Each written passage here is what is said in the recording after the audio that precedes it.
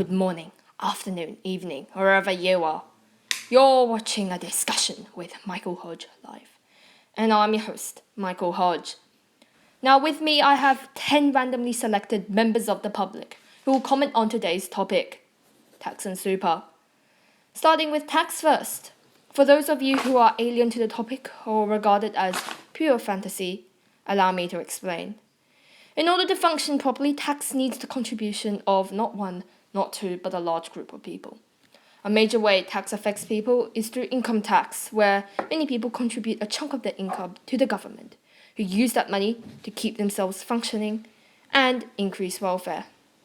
Welfare is increased by creating, repairing, and upgrading a wide range of facilities and services. If citizens are happier, more people will want to come. Once they join society, they pay tax as well, and in this simple scenario, this positive cycle continues indefinitely. There are two other main types of tax that affect the general public, GST and tariffs, both indirect taxes. You will have noticed GST when you go shopping at a supermarket.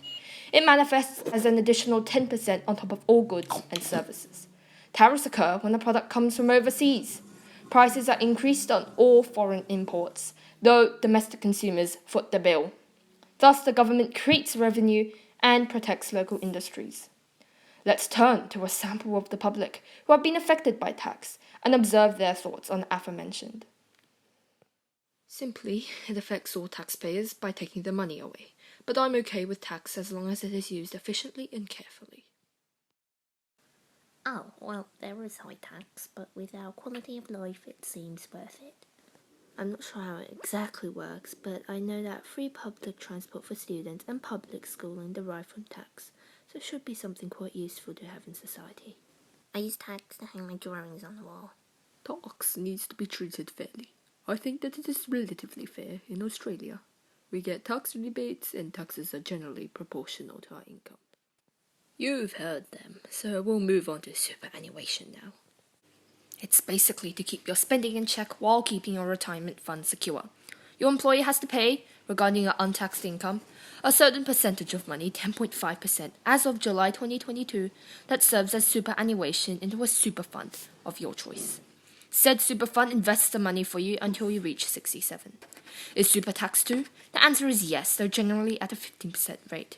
To prevent exploitation of the low marginal tax rate, there is an upper threshold of $27,500 on these concessional contributions. How has super affected the other five? Let's find out. Looking back, I should have put more in. I underestimated how much I needed to spend and forgot to take into account my one-off cash splashes. Super, if you don't know how to manage your money properly, I guess a bit like me, is a great addition. Plus, it's a tax-efficient way to go. Sorry. I think it's rather useless for me because I keep track of spending. Life story alert.